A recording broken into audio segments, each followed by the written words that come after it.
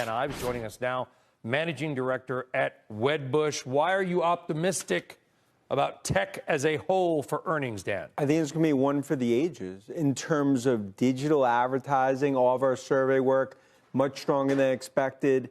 The AI revolution is now going from semis to software.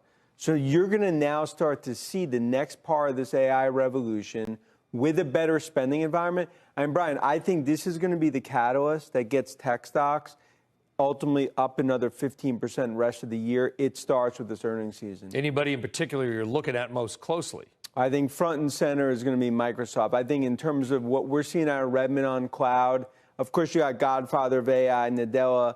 You know, I thought the Godfather of AI was Jensen Huang of NVIDIA. Well, the Godfather's the Jensen. consigliere. But if you look what's really happening now in front and center is going to be Microsoft on the cloud story. And then if you look at digital advertising, Meta, I believe the one to really pinpoint is Google. I mean, we think Google here could be ultimately $30, $40 upside on digital advertising, as well as what we're seeing on the cloud side. It won't be this quarter because obviously it was just sort of not really even announced, reported on yesterday. I think you saw with Google and Alphabet that they're going to start charging potentially for the use of AI in this. That would be the biggest change to Google's business model basically since they were created. That won't show up now, and we'll see if they even do it. So those numbers come in. Alphabet and Microsoft come in strong. If those two come in strong, is that kind of the all clear for a lot of the other names that you cover? I think this is now going to start earnings going higher, growth going higher, and because that's what really needs to happen. It's not just, we could call it Fab 4 or whatever, Mag 7 minus Tesla. Now the rest of tech, you're going to start to see those robust earnings. And I believe this is really going to be the wake-up call for the naysayers in terms of what we see with tech, especially on the AI revolution, the second, third, fourth derivatives coming through with Microsoft, with Oracle, with others in software. Well, they say that no two stocks are the same. So what's wrong with Snowflake?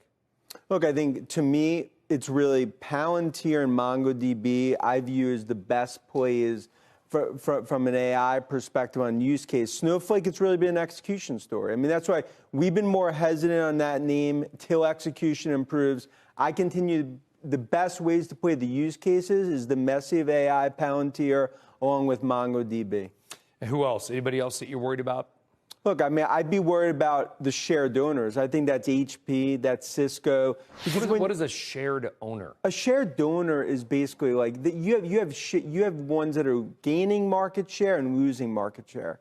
When you look at Cisco and HP and some of these legacy players, they're giving away market share. And that's why it's Microsoft, it's Oracle. That's really, from a software perspective, they're the ones that are gaining share. And when you think about this AI revolution, it's just starting. We have $1 trillion to spend over the next decade. I'll tell you, Oracle, by the way, hell of a story, because people counted them out. They're like, oh, just a boring database company. They really pivoted and have just kicked tail. I almost said something else. Kicked butt in that time quickly. Apple, they've got big robot dreams, right? They're like the Isaac Asimov of stocks. You don't like it. It would be a horror show. If they actually spent money on robots. Look at the failed EV initiative, Project Titan. They need to focus on AI. For Cook, his legacy is going to be AI. If they went after robots, that would be a black eye moment for Apple. Listening to everything that you've said, Professor, surprises me at how you continue to be so negative about the job that Fed Chair Powell has done. You did a discussion with the New York Fed President, John Williams, and I know you know where I'm going because I just saw the look at your face. I saw the look on your face. This was at the Economic Club of New York, where you said, quote, giving Powell a Nobel Prize would be like giving the Nobel Prize to a drunk driver that ran over a pedestrian but got him to the hospital in time to save his life. How can you say that after you suggest the economy is so strong, the market is ripping and from the lows, and we don't need any rate cuts, but yet the Fed chair's done a terrible job? How? I stand by that quote. Scott, remember 2021 and 2022 we had an incredible boom, housing market, stock market, crazy speculation, SPACs, NFTs, and everything. At the same time, the Fed was buying mortgage-backed securities, keeping interest rates at zero, telling banks and everyone else we're not letting those rates rise. That's the fault. Yeah, I think they landed on their feet, but we shouldn't have been in the situation that we were in, with inflation that was actually over 10% if properly measured, and still went up over these 4 years, higher than many people's wages and the source of a lot of people's dissatisfaction with the economy. So yes, he landed on his feet, luckily at the end, but he didn't have to do, we shouldn't have had to go through what we went through. That is what I meant. It feels Bad like beginning, okay ending. I feel like you lay all the blame, though, at the Fed chair's feet. He's not the one who came up with the Inflation Reduction Act. He is not the one who passed all the other stimulus. And maybe we did that in a level of excess that caused more of the inflation than the Fed waiting too long to start raising interest rates. Scott, he did not have to give the presidents all the money that they wanted to spend $9 trillion on, 4 separate programs, 2 under Trump, 2 under Biden, 9 times the stimulus we had in a much worse financial crisis in 2007 and 8. He just printed the money and handed to them. What is he? That's why He doesn't no control tax fiscal increase, policy. no going to the bond market. He did not have to do that. If he did not have to do that, we would have raised interest rates in 2021. We would not have had the inflation that we had over the last 4 years. Many people would look at the scenario now and say, you know what, it was a very difficult job that he had. He had to raise interest rates in such a rapid pace, the fastest in 40 years. Right. The inflation was 9%. And look where they've gotten it. They've managed to, in your words, land the plane, and we have a stock market that hits record highs. Right. But they landed the plane, but it doesn't mean that we can forgive him for what happened over 4 years with a cumulative inflation of 20%. He's landing the plane on a soft landing, and I give him credit for that. But I certainly am still extremely critical of the Fed in the first 2 years following the pandemic. Let's look back at the market, which we said, obviously it's had a bit of a turbulent week. And now we're on the cusp of earnings, which are going to have a large decision in where this thing goes from here. What are you expecting? I mean, expectations are down from where they were. We're still looking for 4 to 5% growth in the quarter. But what are your own expectations? I think that those are right. I mean, what normally happens when you look out on expectation is they come down during the year and then they go below so that firms surprise by a penny or 2 pennies or 5 cents on the upside. It's called the hook. So you see them start going down over time, and then about a week, 2 weeks before the announcements, they hit their low, and then we beat by 2 or 3%. And that's pretty good. In terms of looking at the year over year. It looks like GDP is in the low 2s. The Fed thinks 2.1 for the whole year. I actually think it might be even higher than that. In the background, Scott, we do have AI that I think is really over the next 10 years going to raise productivity by 1% or more in the economy. And that's a very positive long-term outlook for equities. Talk tech and AI. I want to welcome Alan Patricof, co-founder and chairman of Primetime Partners, to the table. Good morning to you, one of the great veteran venture capitalists in the world. We're all trying to figure out what to make of AI and where the investment opportunities really are or maybe really aren't. What do you think? Well, I've been through these cycles so many times, and I'm in the camp that says, be cautious. I mean, I've seen these run-ups. Everybody gets excited. Valuations get driven up, particularly in the private market, when there's no basis for actually determining what something is worth. And so a lot of people are going to make money, but there are going to be a lot of we were talking faces. to Steve Cohen about this earlier this week, this idea of sort of, are we in an AI bubble? And he doesn't think so. He doesn't think so. Yeah. But then I said to him, are we in 1996? I'm curious if you were to try to put a date on where this is comparable to some time in history when there's been a major inflection point in technology. Is this that? I think this is the most significant inflection point. And you know, Andrew, I've been through every one of them. The PC revolution, the cell phone revolution, the internet revolution. Nothing is comparable to this because it affects every aspect of business. I mean, even our area, which, you know, I'm selfish in telling you, I focus on now investing in anything, products, services, technologies, experiences for older people.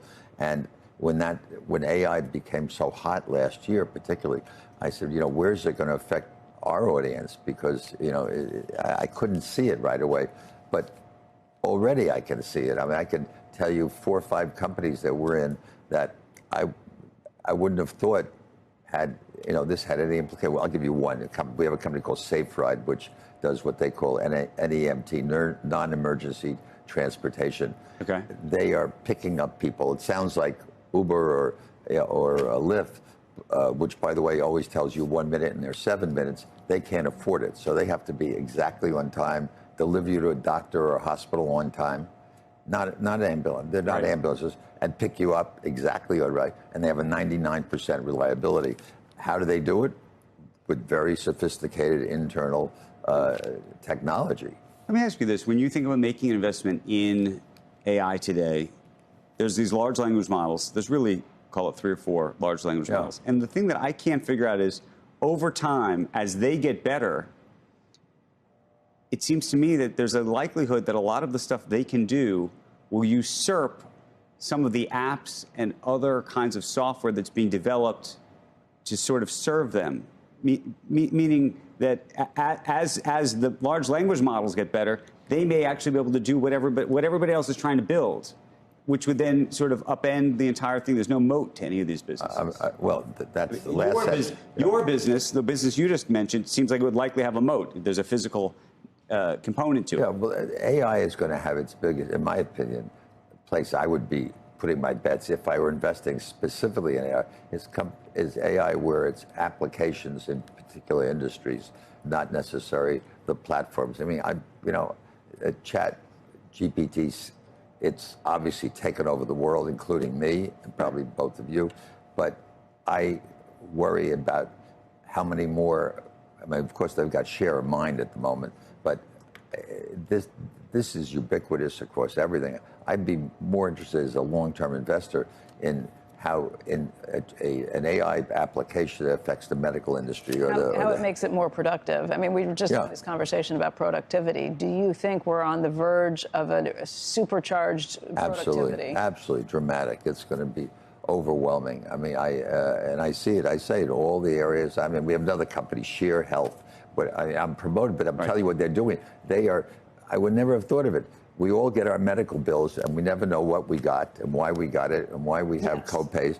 Right. They've developed AI, using AI, being able to take your medical bills and actually finding out where you got the right charge, where you didn't, and recover. Can they tell you before you get services done? Because you usually find out 6 months after that. Well, if you know what they're going to charge you, yes, they absolutely should, because if they know what services you're going to get, they should be able to tell you what the appropriate is for whatever coverage you've got. I mean, there's where the applications are, and using AI is going to accelerate things. I mean, get answers so much faster, and it's going to put a lot of people out of work, but it'll employ new people. I got a different one for you. I want to talk about retirement, though you are hardly retiring. You're 89 years old. I'll be 90 this year. 90. My kids are trying to figure out how to celebrate. Just got married again, by the way. So remarkable. So you are not in the retirement. You're never going to retire. But there's going to be a lot of people who are going to have to retire at some point in life. And you read my book. Yes. I'm going to live to 114. I know. Remember. That's why. But I'm curious if you think the private markets. That, Larry Fink just wrote this whole thing about retirement and the problems of the system. It is. And the question is whether the private markets or the public markets or some kind of new system has to be developed. And I'm curious where you land on that. New system for older people? Yeah. I mean, to make... A new system for building up retirement funds to make sure... Oh, yeah. Listen, the first message, everyone, invest as much as you can in your 401k. That's the first message that goes to anyone, whether they're 18 or maybe too late if you're 65. But the population of working people, for example, now, there are like, I think it's 55 million people over the age of 65 are still working, and they're going to be 80 million people in the next 20 years that are going to be over age 65. So the workforce has to be different. Right. At the same time, companies have to plan more because there's so many people in the workforce. What should happen to those people after they do want to retire? Should you try to keep them? Should you try to find something for them to do? Should you be helpful to them? Should you have systems installed that prepare them for retirement? I mean, it's a big thing. I think you'll be amused. I spoke at a conference last week called Upfront out in California, and the title of the section I spoke on with two other veteran venture capitalists is "Why the F are we still doing this?" Right. I mean, people So what's are the working. answer? Well, you love the business, and I love startups and young companies, and I love this particular area. Yes, the big March jobs report hitting the wires. Non-farm payrolls, a whopping 303,000, that most estimate, and goes right along with the whisper number, which was higher than the estimates due to the strengthened ADP. 303,000, that's the juiciest number that we've had going back to 303,000 equals May of 23, right on the nose. To find a higher number, you go back to January of last year. If we look at the unemployment rate, 3.8. Now, this is a biggie because last month's 3.9 was the highest unemployment rate since Jan of 22. So it did moderate just a bit. If we look at average hourly earnings, which were up 0.1% last month, that was the lowest month-over-month change since March of 21. Let's call it 3 years. First of all, that was revised now to up 0.2, and the new number is up 0.3%, exactly as expected. Year over year, 4.1, as expected, down from 4.3. Actually, when you look at 4.1, you have to go back to June of 21. June of 21, 4.1, June of 21 to find a lower number. That's a really big deal when you consider what the average hourly earnings on a year-over-year basis have been doing. Average work week, 34.4 hours. That's a 10th higher than we were expecting and a 10th higher than the rearview mirror, which was 34.3. And finally, U6. That's the underemployment rate, 7.3%, and labor force participation, wow, 62.7. That is a nice jump. We were at 62.5 last month, and 62.6 was expected. So these numbers are definitely stronger than expected, and one would expect rates to be higher, and indeed they are. 470 now, 470. So we're up about 5 basis points in a 2-year, and the 10-year was right around 432 before the number. It's now 437. So it's up 5, and I can't stress enough, any yield close in 10s above 433 on a weekly basis should keep momentum to the downside in price and the upside in yield. And many were looking for the unemployment rate to move higher than that 3.9. The fact that it backed up a bit is very important. And there's been much written about the number of weekend days in February versus March, a lot of issues there. But all in all, it certainly does seem like the numbers are better than expected and, in my opinion, probably make the Fed's decision that much more complicated. Former St. Louis Fed President Jim Bullard. He's now Dean of Purdue University's Mitchell E. Daniels Jr. School of Business. We appreciate you being with us this morning. Just your immediate reaction to these numbers, Jim. Yeah, this was a strong report, and unemployment ticking down. It looks like the economy is running pretty hot. So I think that's good news, I think, for the economy. I do think that the policy rate is too high right now for the current situation because inflation has come down some 200 basis points from where it was last year. If you look core PCE inflation, which is the Fed's favorite measure, it was 200 basis points higher last year at this time. So I think you somehow have to have a moment where the Fed can take that on board, the fact that inflation has come down, but you need your moment. And January didn't provide it with the hot inflation report. February didn't really provide it. This report isn't really providing that moment. But I do think that the Fed, needs to get down a little bit lower based on the data that we have on inflation. And, we could talk more about it, but that's what I think the basic situation is. Okay, so but just play it out for the rest of the year. When does that moment come? And at the moment, is there going to be 3 opportunities to create that moment?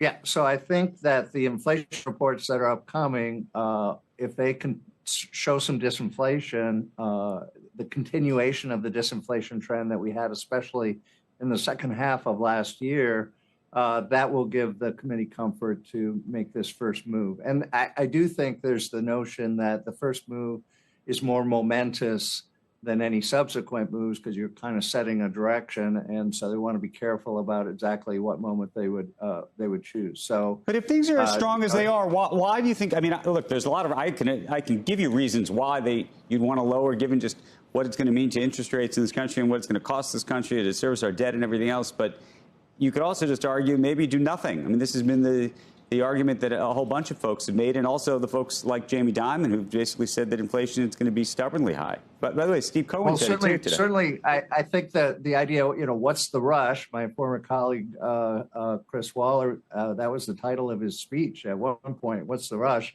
And certainly with the economy performing pretty well, there probably isn't as much of urgency to get a lower policy rate. But still, they're too high by most metrics. If you think the policy rate was at the right level last July when they made their last rate increase, why do you think that level is still the right level today and core PC inflation is 200 basis points lower? You got to take that on board and bring the policy rate down. But there are other considerations because it's the first policy move, and you don't want to move on news where inflation's moving in the wrong direction, or so. I think that's the trade-off here right now. When you look at these numbers, though, how would you grade our economy today? We were talking about this piece that Greg Ip had written yesterday in the Wall Street Journal about how strong the data, the numbers would suggest our economy is, and yet how disconnected it appears about people's feelings about the economy seem to be. Yeah, I read that piece, and I have my own response to this. I think a chart I saw anyway, I'm going to probably get the numbers a little bit wrong, but average hourly earnings have come up over the last couple of years about 13%, but inflation or the price level over the last couple of years come up 18%. So a typical worker is looking at that and they're saying, hey, I'm down 5% over the last couple of years. They don't like that. That's real income down for them.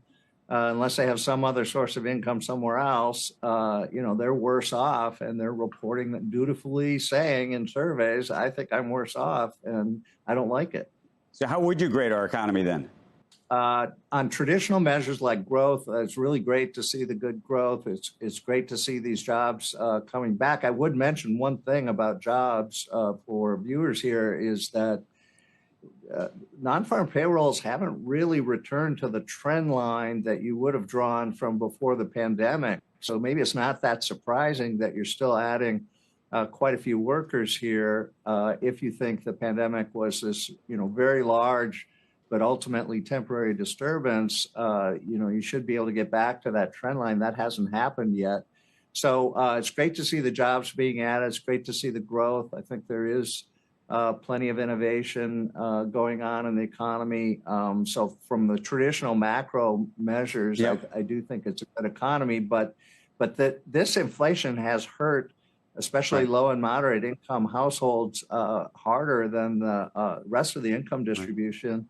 So, but now that you're an academic, we got Purdue University behind you here. I want a grade. I need a grade, not on a curve. It's a B+. B+. Okay, we'll take it.